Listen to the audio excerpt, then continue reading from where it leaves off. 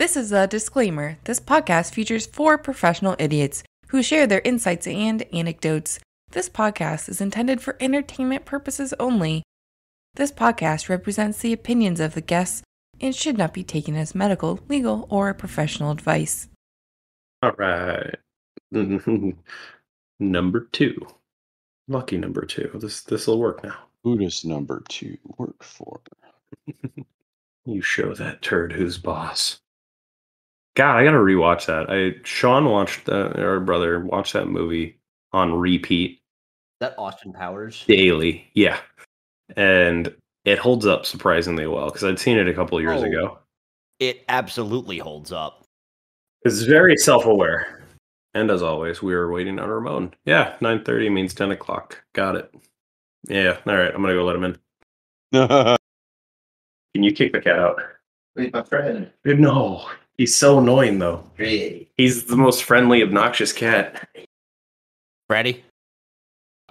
Speaking of friendly, obnoxious, if you hear large dog barking, got Coda over still, so. Oh, nice. Seemingly they're going to behave, but maybe they won't. What, Freddy? Clearly, you just threw something. He's like, that's the thing. He's kind of dumb, but he's very friendly. He's like, oh, you threw something. I'll go see what that was. Like you'd work to like it would on a dog. Yeah. Oh, hey, it's like Coda. My God, are you dumb? But at least you're cute.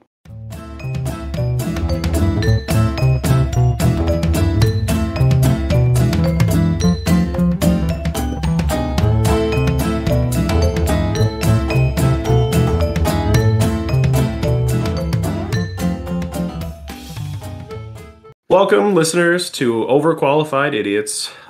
Man, I'm tired this morning. So I am Dan Casey. I almost forgot my name. I was going to introduce myself, and my brain was like, "Where do we keep that?" Yeah, so I'm Dan Casey, MD, and I am joined by Ramon, PharmD. Yep. Hello. Hey. Ben, our local resident rocket engineer. Hello.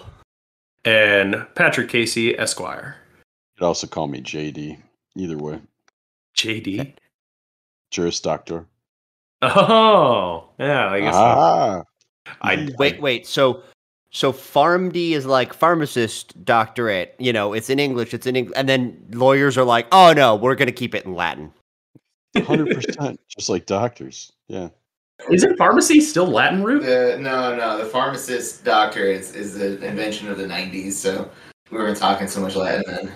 We weren't talking Latin. we weren't talking no Latin then. Yeah. I don't know why that one got me. Meanwhile, so actually, as an aside, the most qualified I could be is to have my professional engineer, which doesn't exist for aerospace. Oh, are you able to get a master's? Oh, absolutely. There's a professional engineering certificate that electrical has, mechanical has, civil has. Nope, we don't have those.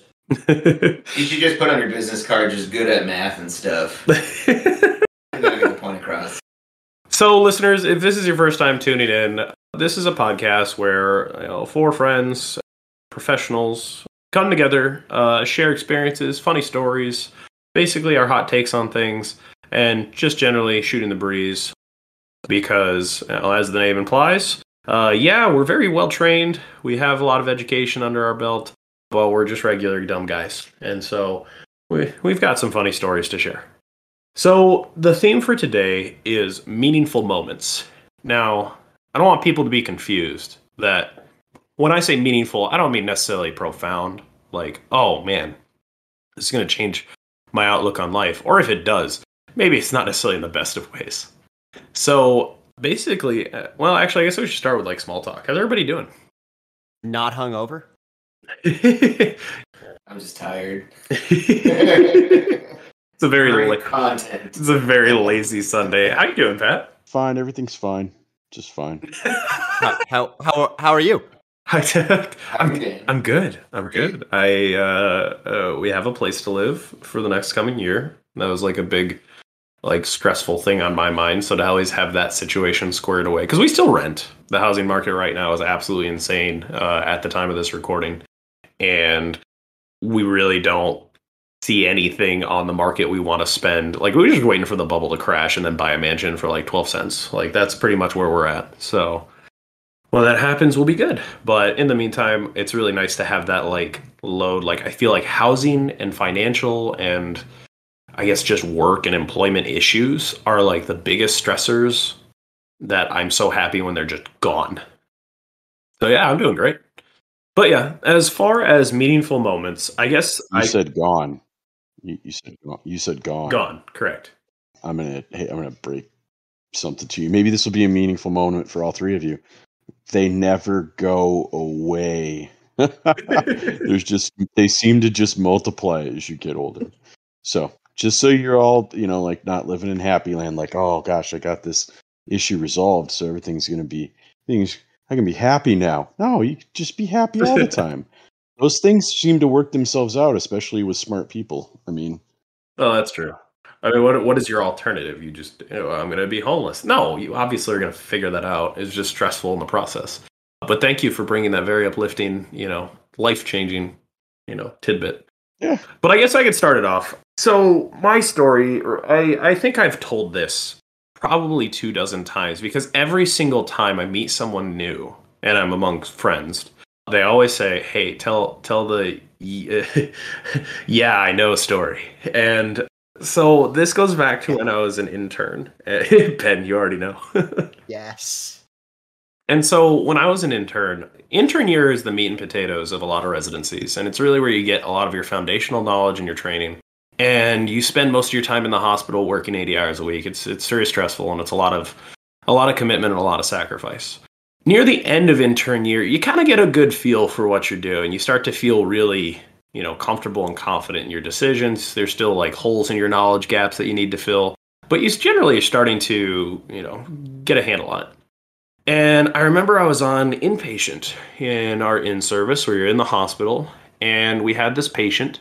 We were working with, to give some context, this patient was 380 pounds, and a year before that, he was pushing 600.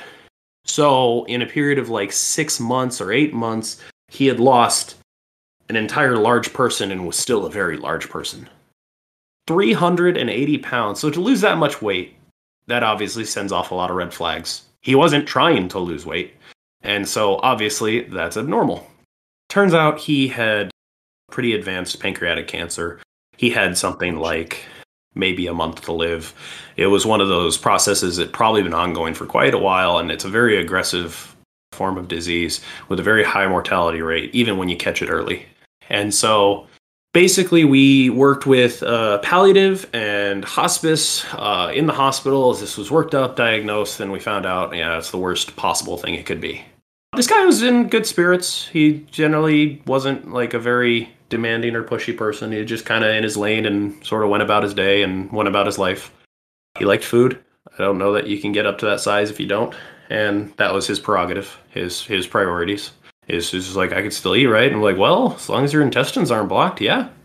So we have this internal medicine doctor who I think was rotating on either their palliative or hospice service. I don't really remember. And I was in charge. It was really probably like the day that we figured out this was the diagnosis. And we have this lengthy discussion, we have essentially family meetings. Well, he didn't have any close family, so it was really just us talking to him. And it was a really lengthy discussion. He didn't have a lot of questions, which was strange to me. I didn't get the impression he didn't understand, but I was surprised he didn't really have a whole lot to ask us. And so, I don't know, 20, 30 minutes, like these sometimes go to be like hour-long or multi-hour-long meetings. It's maybe like 20 minutes and we like walked out. And I was like, it's like that scene from Scrubs where I think it's Dr. Cox says to JD, or I can't remember the context, but he's just like, you need to know the patient understands they're going to die because they're going to cling to whatever little scrap of hope you give them. It's like we didn't say you're going to die. Like, does he know? Like, he knows those words in that order? You're supposed to, like, that's just the thing. You're supposed to say that. You're supposed to, like, you are going to die. There's nothing we can do. Don't sugarcoat it or anything like that. And so this doc, who clearly he was like a third year, he was like about to be graduated and done. He obviously had a job lined up and he was burnt out and checked out. He just leans into the doorway. He goes, "Hey, Mr. So-and-so, you know you're going to die, right?" And the guy, he just says, "Yeah, I know." Like, and Dr. leads out. He's like, "Yeah, see?" And he just walks away. And I just struck, just jaw the floor, like, what just happened? What did I just witness? Like, there wasn't anyone else in the hallway, but that would be like an amazing HIPAA violation, like, of ridiculous proportion. But also, who talks to people like that? Callously. And who takes information like that? So, yeah, I know. I mean, not to make the stereotypical fat guy voice, but it was kind of true. I just feel like the stereotypical fat guy voice is a lot of like bees, like biscuits. But yeah, he was, what was the comment? It was like the next day. It was like, "Hey, did you have a good lunch?" He was like, "Oh yeah." He's just kind of a high energy guy. It was like, especially about food. Beautiful, even up until the end, it seems like. Yeah. I will remember that story forever, and I've retold it many, many times. Not in probably as that much detail, but that's my, like, that shade. I was like, man, you can get away with a lot as a doctor if you don't give a damn. And you know, some people really can stay in their lane. Some people, as long as they have the thing that makes them happy, everything else is cool. And so I guess that was my meaningful moment to share, at least my dumb one. All right. I will tease this. Are we going to get the story? Oh God, I don't even know if you can say that phrase, because technically when I talk about HIPAA, because if there's information, I'll just bleep it and keep it in. I was going to say, are we going to get the bleep story? Yeah, exactly. Yeah. But here's the problem. I can't say that phrase because you can Google that and his information will come up. Fair. You cannot tell patient information that is easily identifiable. That's kind of like a clause in HIPAA. So yeah, you can't give full names, you can't give date of birth, you can't give social patient identification numbers. That's all obvious. But if you know somebody, oh yeah, he had an eye patch, a right hook, and a big tattoo of like Nixon on his calf, like that's identifiable information. You can't talk about patients like that. And so for him, because you can literally, I can't give that information. Interestingly, that is why. So, like, for all the astronauts that have been to space, there is such a small number of them. That's why you will never see big studies done about medical studies done about astronauts who have been to space because there's so few of them. Oh, that makes sense. It's readily identifiable information. It's not a big enough pool where it's not right. Oh, it was a female. Well, that reduces it down to, like, under half. If you narrow it down to, like, 12 people, yeah, that's a problem. There's just not enough, like, especially, like, women's studies, like, you know, that kind of stuff in space, like, medical stuff. There's, like, I'm not going to get this exact number, but there's under 50 women from the NASA program and, like, ESA and such who have been to space. So you can't do those studies because they would just be blatant HIPAA violations the entire time. That's kind of why I'm excited for, like, if space travel becomes recreational, like your everyman can go to space. I know that's not probably in our lifetime or anywhere near the near future, but like when space travel becomes common enough for those doors to open and see what those studies show. Because right now, what we understand is like gravity destroys your body. Gravity just absolutely destroys it. And we live in a use it or lose it world, and your bones and your muscles are the same way. People literally come back with like osteoporosis after long missions if they don't take the proper, like the early space missions were horrible in terms of like, I forget what it's called, not gravity sickness, but it has a name, of people having like electrolyte imbalances, feeling dizzy, literally not able to adjust to actually being on land, kind of like sea legs, like people come from sea and they don't feel right on flat ground. But apparently significantly worse.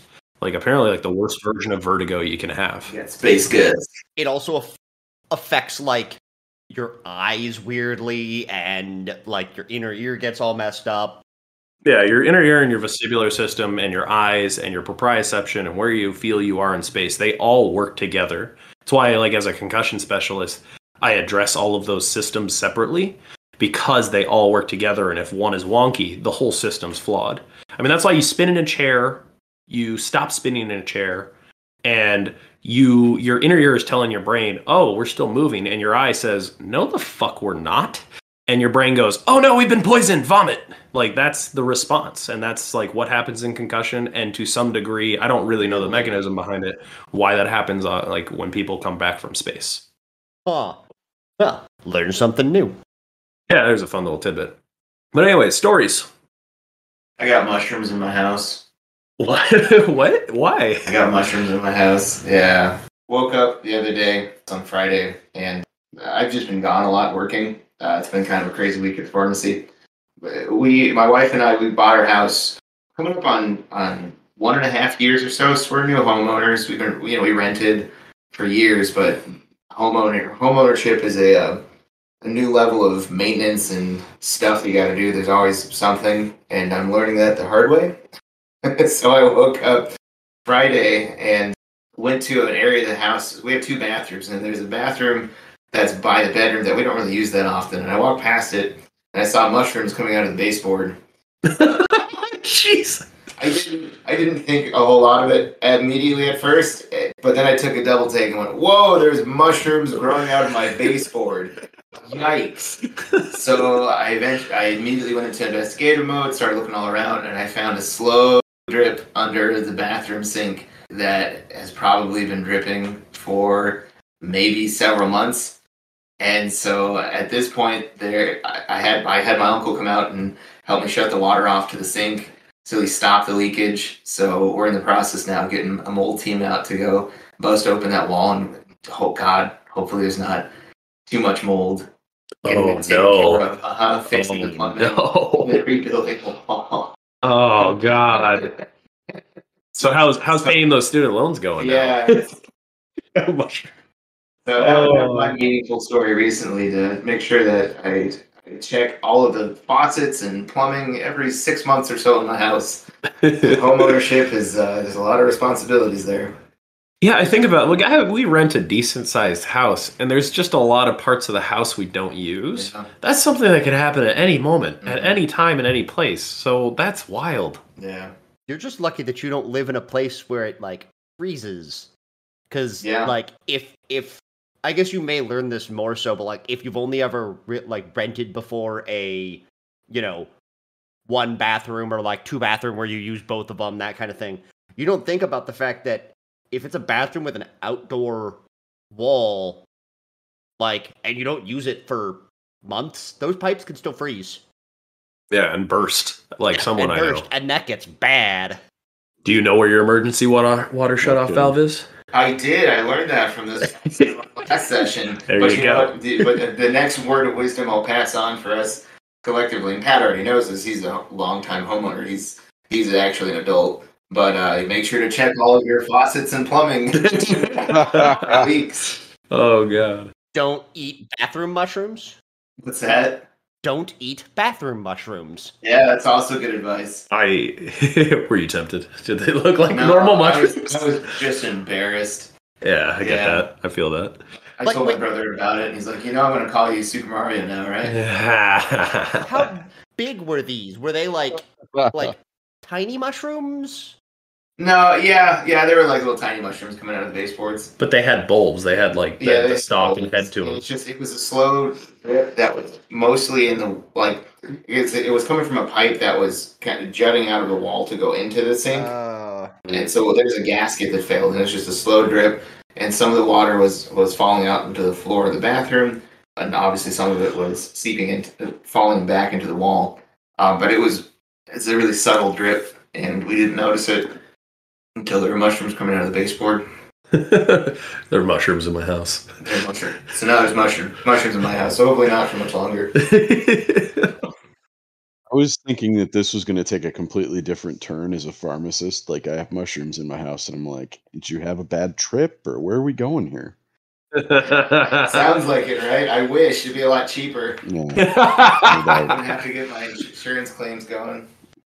Oh God! In insurance, fighting insurance companies and doing that, it's always hours of time, whether it's on hold or being transferred or fighting people. God, I hate those phone calls, just because now I'm at a point in time, in my life where my time is valuable, And I feel like so frustrated dealing with those people. Those people. Yeah, thankfully my agent's really good, and Oh, good. but I this is just the first step of trying to get it all organized. Yeah. So it's going to be a major project. And on the flip side, I guess we're going to get new carpets and stuff, so that's nice. Mandated home improvement. Yeah, there we go. How about that? Oh man, that is a very meaningful moment. It's like monetary the plumbing in your house. I've got one that's a little bit less. It was meaningful, and it's the moral of the story up front is everybody struggles, and it doesn't matter how, everybody struggles, and this is on a more serious note. College was rough for me. I was one of those people who didn't have any problem in high school, like breezed through it, got A's, didn't have to study, got A's, fine. Yeah, that doesn't work in college at all. And so I struggle bust. And come to my senior year, which was absolutely not after 4 years, and I'm talking to a friend who does, as far as I knew, did very well. And they, basically had a heart-to-heart, and they're like, Ben, like, my freshman and sophomore year were bad.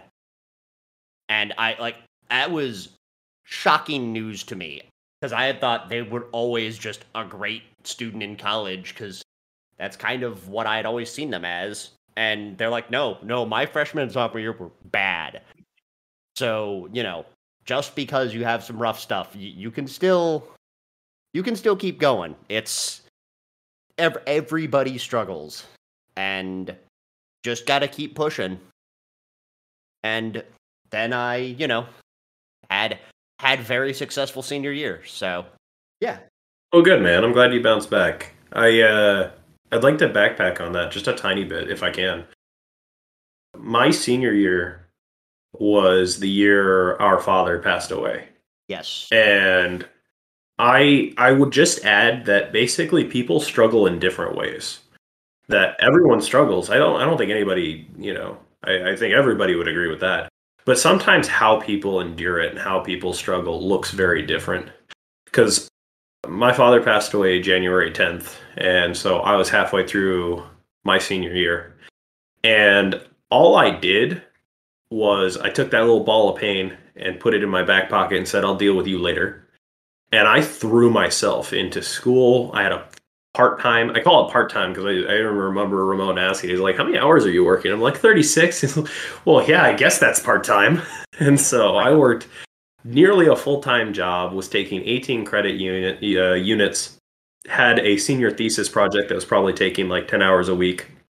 And so basically I was working like 6 to 8 every day, 6 days a week, to basically just distract myself and keep myself focused. And yeah, I had good grades. I did well. I studied. I went to the gym. On the surface, I looked fine. But I was literally overloading and burning myself out to just not acknowledge and deal with that. And my then girlfriend at the time basically realized this was happening and told me, go to counseling. It was like one of those, like, it's not a suggestion, just do it. And I did. And I didn't realize my coping mechanism was literally just like distract myself. Put myself into this state of busyness to where I literally couldn't acknowledge that I was hurting, that I was grieving.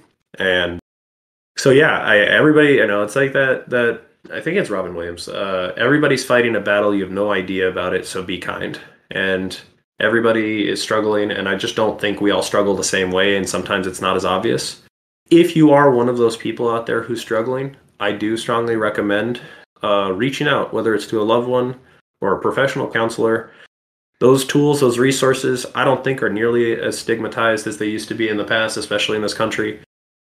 Reaching out for help isn't a sign of weakness. It's a sign that you need help, and this is how you go about it. So don't hesitate. Take care of yourself and keep yourself in mind, because especially as somebody in like healthcare profession, I can't take care of other people if I'm not taking care of myself. And I think that can be said for any job or profession. Thanks for sharing, Ben.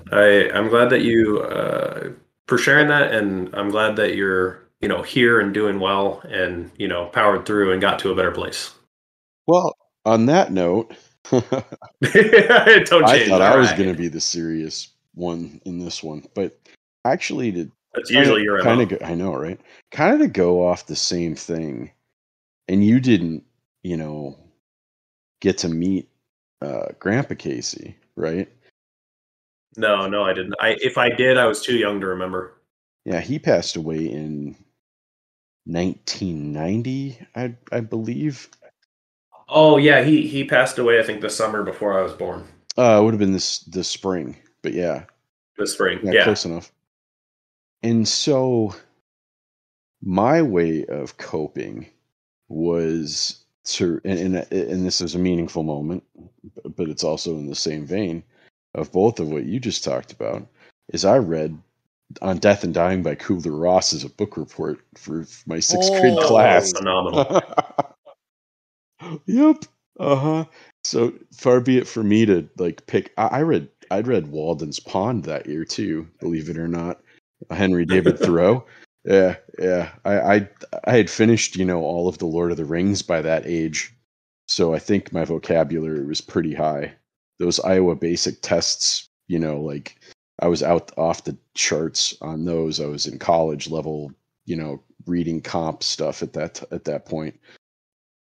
So I wasn't. So what happened to you? God. Why do you have to be such a jerk? Anyways, so I read Kubler-Ross as a way to try to, cope analytically, obviously, with the loss of a loved one, someone who was in my life and a constant. And he was trying to make up through me what he didn't do with his own son. And so he was like second dad because they coached me up in baseball, both my father and my grandfather, when I was growing up. And he was in remission from the time that I was born, passed away. Well, haven't gotten there yet. And his cancer was in remission until 89.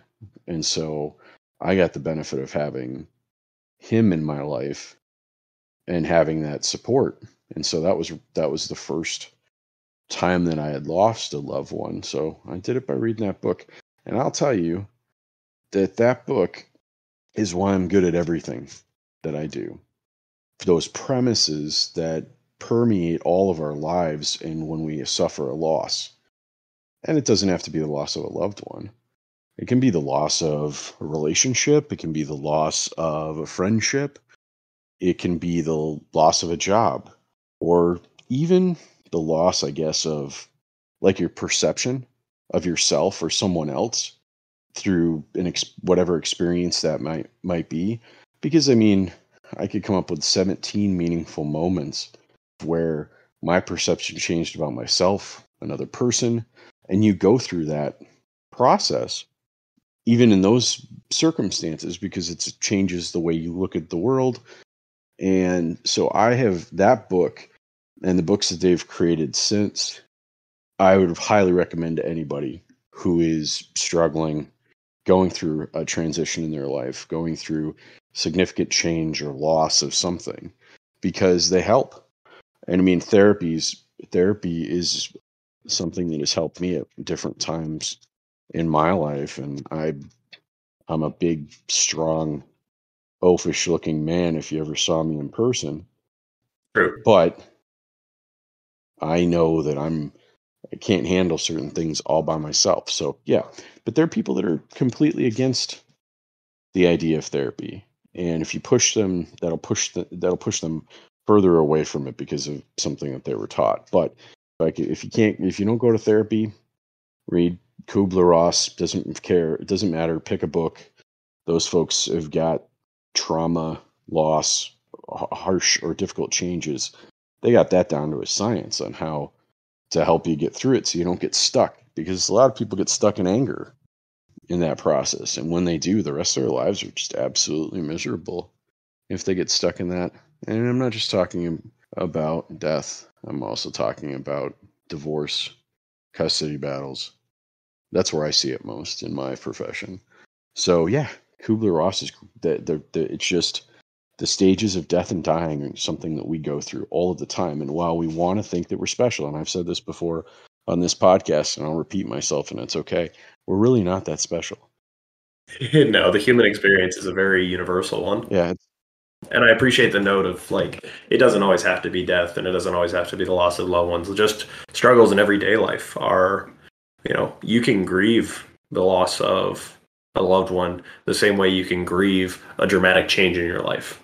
You brought up divorce, but I think, there are other aspects of things that we grieve that we don't even realize we lament. The loss of opportunity. Say that again?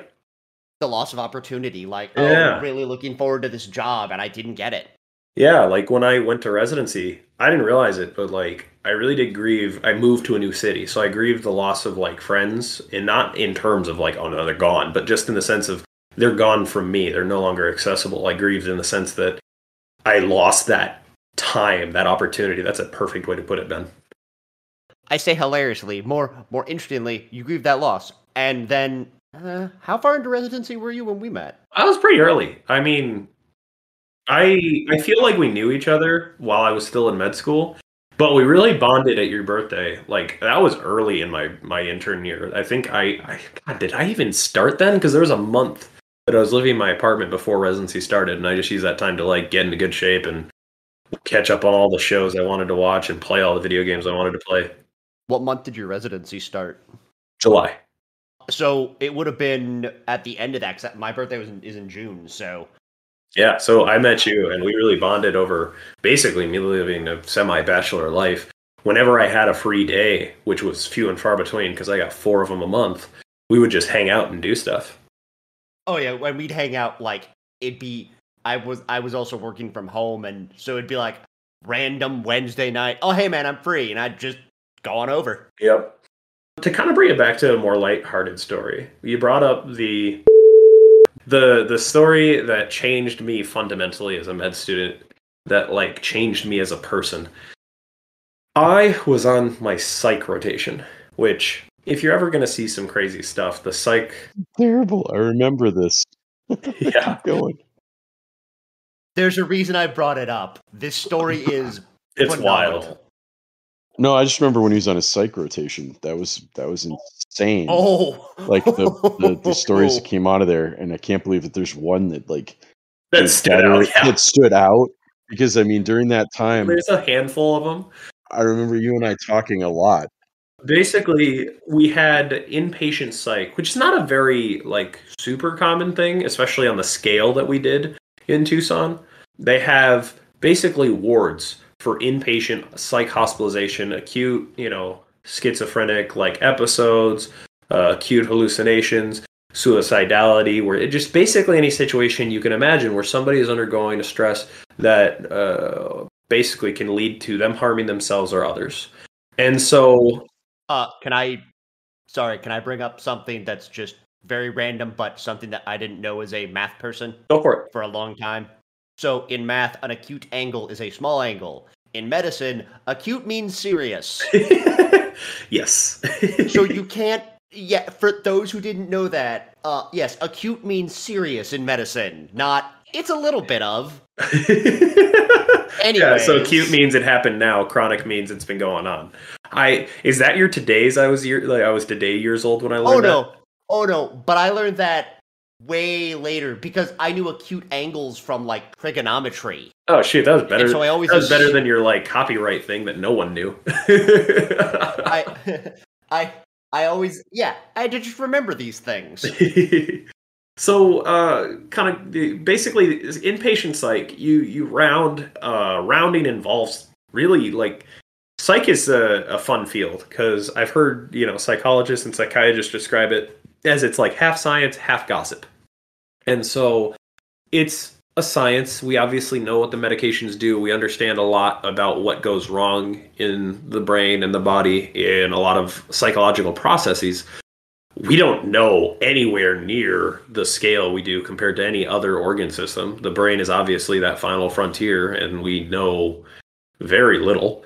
And so a lot of it comes down to like conversation and really just parsing apart what made this person kind of break, what made this kind of, come to the surface. Because usually this is very rarely do people just have like an acute psychotic episode. There's usually a lot of underlying things that build up to it.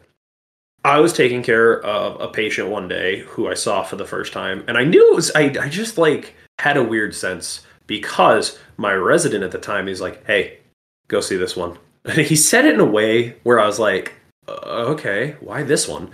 He's like, you'll see. Okay.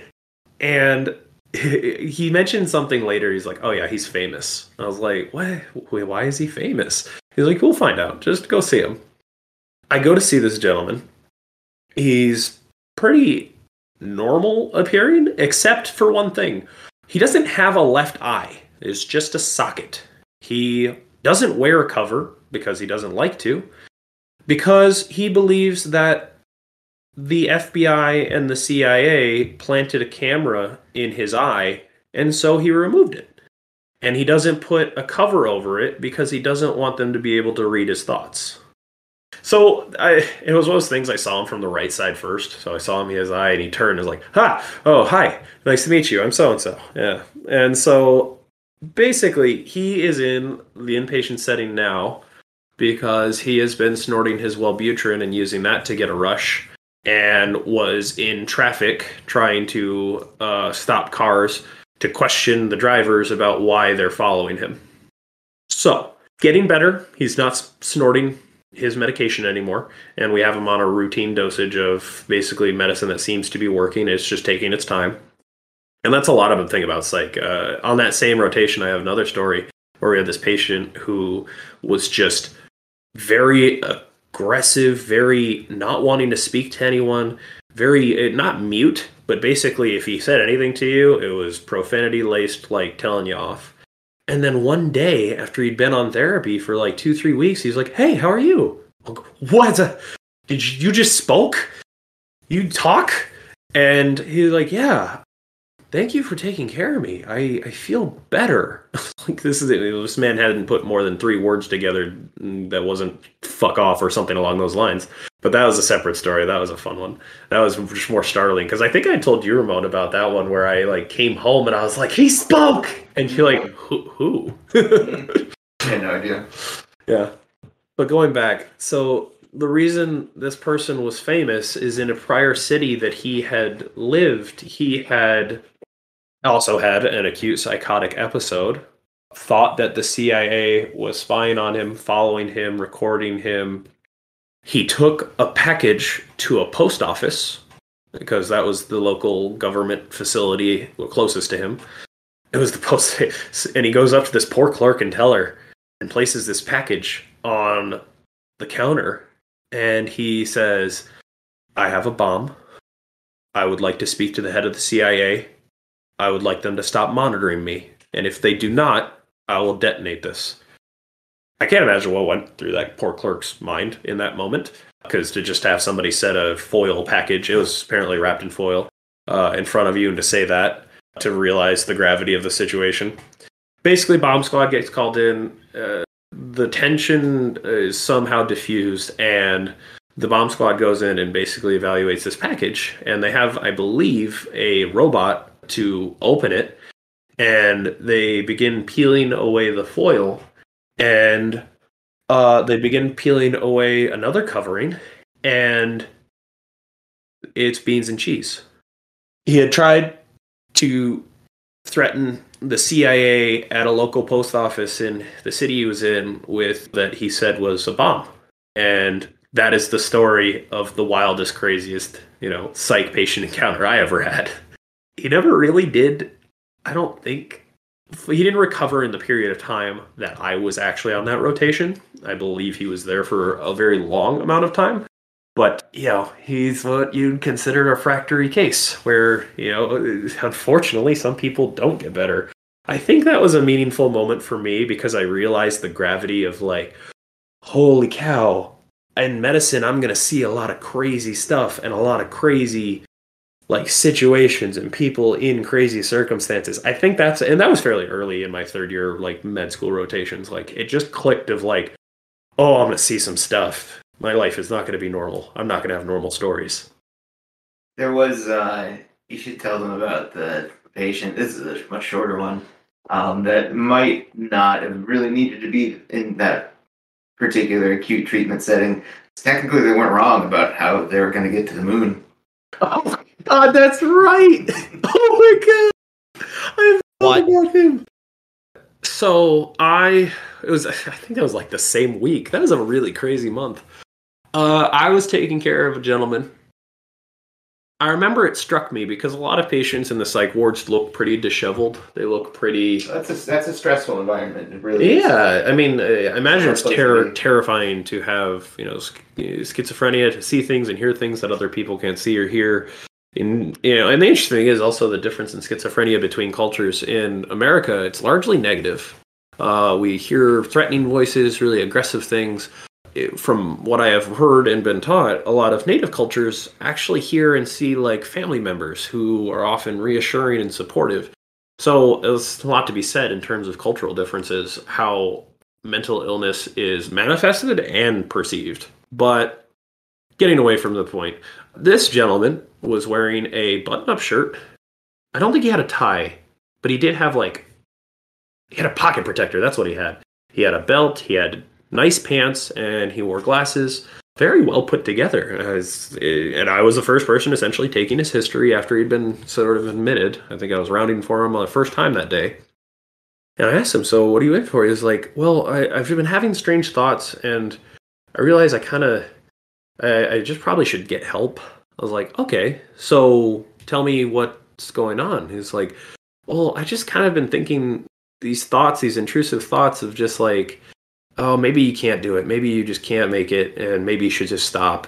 And then maybe some thoughts of like hurting myself. I was like, okay, all right. Well, what can't you do? What are you trying to do? What's going on?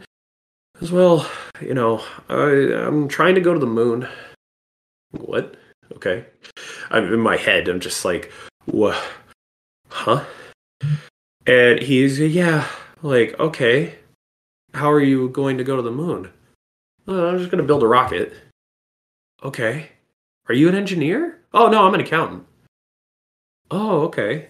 Because eventually you talk about their personal life, their jobs, those sort of things. I'm kind of skipping around because I'm trying to piece together what the hell I just heard. Okay, how are you going to do that? I'm like, oh, well, you're right. I'm probably going to need some tools. Not wrong. It's like, what? So far, this is accurate. He will need some tools and probably will need to build a rocket to get to the moon. And it's going to be an incredibly daunting task. Yeah, he was very overwhelmed. He didn't think he could do it. Like, yeah, like everything he said. Able to sign off on the chart right then and there. Like, sir, I don't know. If he wasn't the only one who didn't think he could do it. Yeah, so that was that conversation. Eventually it got to be like, okay, he's having some kind of acute, episode and needs help. And obviously there's a lot going on there, a lot to unpack. But I just remember that conversation of just being like very normal, very like everything's making sense. He seems very aware and self-aware. Oh, I'm trying to go to the moon. Okay, how are you going to do that? Oh, well, I was going to build a rocket, but yeah, you're right. I'll probably need some tools. Had he admitted himself, or can you not say? You can. I don't think he'd identify. I believe he was like requesting admission, but you can. Arizona's weird. Arizona's like the Wild West of psych and law because you can petition anyone. You can petition a family member. You can petition a random stranger. I'm so glad we didn't know that in college. Yeah, like seriously. I'm glad. Maybe I shouldn't even add this to the podcast because people shouldn't know this. Should not petition if it's not needed. Well, yeah, like you can basically petition to have anyone admitted to a psychiatric facility for observation and for basically evaluation. And I don't know of any other state you can just do that in. And like if the state thinks it's credible, they'd show up to your door because somebody petitioned you and be like, you need to go to this inpatient psych ward, be evaluated by a physician, and if you're cleared, you're cleared. It's kind of like just being like detained by police for something you can't disprove until a doctor sees you. So it has to get done. I think there's probably a lot of those that are just like, wow, probably obviously nonsense. And I don't know what barriers there exist or to kind of get rid of those frivolous, obviously like nonsensical ones. But yeah, Arizona's weird when it comes to psych and like the laws around it. My understanding is a lot of the psychiatrists really don't necessarily like Arizona to practice in. But we also, I think, pay psychiatrists really well because they have to put up with this. So there's the two sides of that coin. But yeah, I forgot about that story. That's such a good. That was a meaningful moment too. That was very much like a. Not everyone is normal on no matter how normal somebody is on the surface. He's just struggling because he doesn't have tools. He can't get to the moon. He doesn't have the right tools. I can't imagine how frustrating and difficult. That's tough to cope with. You're right. I'm going to start quoting that man. I'm trying to go to the moon. Well, how are you going to do it? Well, I'm probably going to need some tools. Oh, you're right. I'm probably going to need some tools. Oh. Well, I've talked a lot this episode. I know I've had some crazy stories, but you guys got anything else that you want to share or anything you wanted to add? Just mushrooms, huh? Yeah, that's all that's on my mind right now.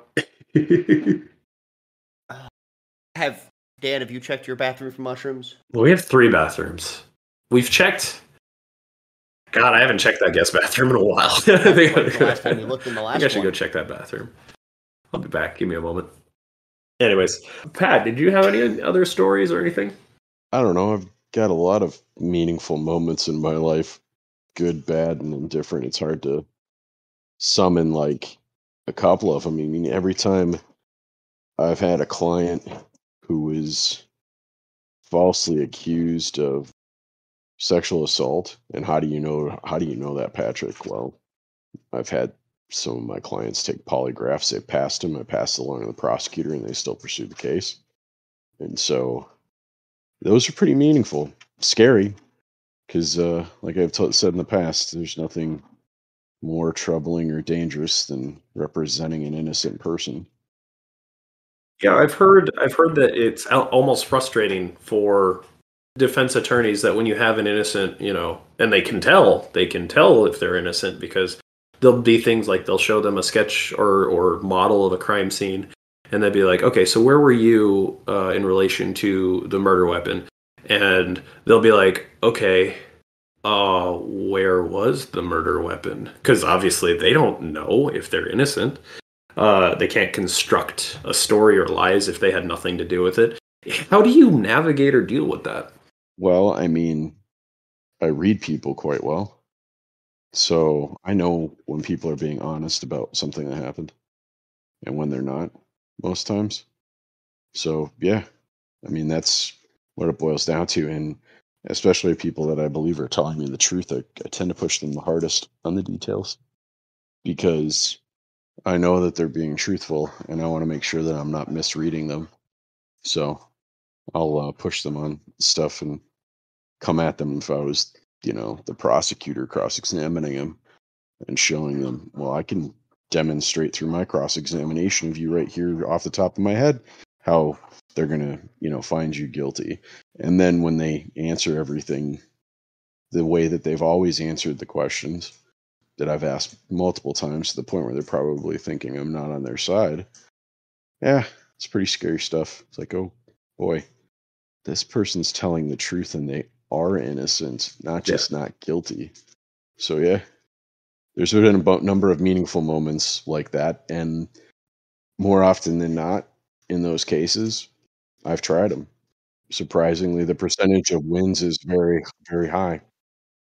Do you have a ratio or like a number of how many clients you think that are, I don't know, sure I'm asking you to guess, but like how many are innocent like that compared to how many you think you represent who sure they did it or what have you? I guess I'm not phrasing this question well. Yeah, I was going to say, I'm not even sure if that's a question that's worth answering. So the first question I think you should pose is how many of your clients are truly innocent versus just not guilty. And that percentage is a very narrow percentage, I think, over the time that I've represented people.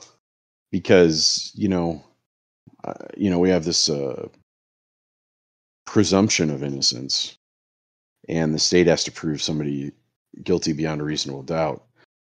But oftentimes people are intoxicated to the point of not remembering what happened or what they did, or impaired, so their perceptions are flawed, whereas sober people are saying certain things. So, I don't find that many of my clients are truly innocent. It's very, very rare, and most of my clients have used chemicals, and that's why they're in trouble. Makes sense. Good people making bad decisions is what I call it. What I say call it. And so it's just getting them help if they're willing, and getting them on the right track, and which helps them get the best result possible. And I'd say a very high percentage of my clients who are in that situation respond in that way. But if you're talking about truly innocent, I didn't do it cases, it's probably a percentage in the 1 to 2 percentile. Yeah, I was thinking it was going to be low. I didn't know if it was going to be that low. But that's the nature of my business. Yeah. It's the nature of my business, though. I mean, like I said, I'm working with people who have chemical issues usually. Normal, regular, everyday folks don't purposely violate the law. Right. Yeah, that makes sense. And normal, everyday folks who drink too much have a higher degree of likelihood of breaking the law. And we've got so many things that are put against the law these days. It troubles me what is considered a criminal behavior in this day and age, but it is what it is. Hopefully we'll be moving forward to decriminalize and release folks that truly don't deserve to be where they are. And I think everybody can agree on what I'm talking about. So, For sure. I was going to say that actually reminded me, I just listened to a Number File podcast, which for those people who don't know, it's math. And he was interviewing a guy who was a prisoner, and he had committed murder and pled guilty. He's like, no, I did it. And since then, and he was on meth at the time. Since then, he's gotten clean and is now deeply into mathematics. Like, he is now published in mathematics while being in prison. So, yeah, it was a very interesting conversation, and like has started a foundation to help people like him discover mathematics and like figure out their next steps if they don't know. And it was extremely interesting just to hear this man who is just trying to, like, had his life changed after being in the wrong crowds for so long by so absolutely fundamentally. Yeah. Well, tying that back to what Patrick was saying in terms of like what's considered criminal activity, obviously that is a crime, but like the goal of prison, of jail time, is reform. Like, I feel like people, especially in this country, lose sight of the fact that your jail's not just somewhere you put a person until their timeout clock is up. Like, the goal is to actually get them to be reformed, to be a productive person, to get them off whatever chemicals or, addiction they have, to discover a new route in life. And I feel like that is the biggest sort of setback and problem with our prison system, is we don't actually try, or to my knowledge, the majority of the time, the goal is not necessarily reform. It's just where people are put. Well, I will say this, and I can only speak for the prison system or jails that I've encountered. There are programming for people who want to participate in that. It's available to them. And much of it is voluntary, so you can make a decision to do those things or not do them. And there are programs, at least here in the state of Minnesota, that can accelerate certain people's sentences, shorten them, because they make proactive choices. So there is that component, but yeah, there is a very much the purpose of sending someone to prison is intended to be punitive, and you choose how productive your time is. There's waiting lists for a lot of programming though in prison, and if you're not in there for a significant period of time, and I say more than a year and a day would be what I would suggest, which is when you get sent to prison. You may not get to have access to that programming, although if you do get into one program, you could be out in a much quicker period of time. So it just depends on the systems and political perspectives, who's running those facilities. Is it a private corporation? Is it the government, that's overseen by, actual humans, and of course the electorate voters for the people that are making the decisions and passing the laws. So that's a much, much bigger conversation than we could handle even in an hour and a half podcast. That's for certain. Well, I think that is actually a good place to wrap up. Did anybody have anything else they wanted to add? I have no mushrooms in my basement, even though I had pipes burst in my house a couple months ago. So Just water explosions. Thank you, Ramon, for making me more paranoid about what possibly could be happening in my house when I'm not here. Appreciate you. Just wait until you break down that wall and it's the freaking Mushroom Kingdom and Yoshi comes out of your wall. Well, thank you, listeners, for joining us. Please follow or subscribe on whatever device or podcast platform you're listening to. Come out with episodes every week.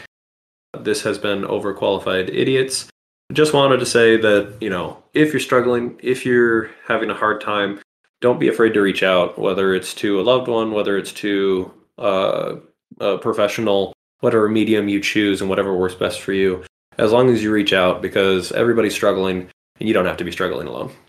Thank you guys for being here and joining me for the podcast, and we will tune in next week and talk about more silly or serious things. Yeah, until then, take care.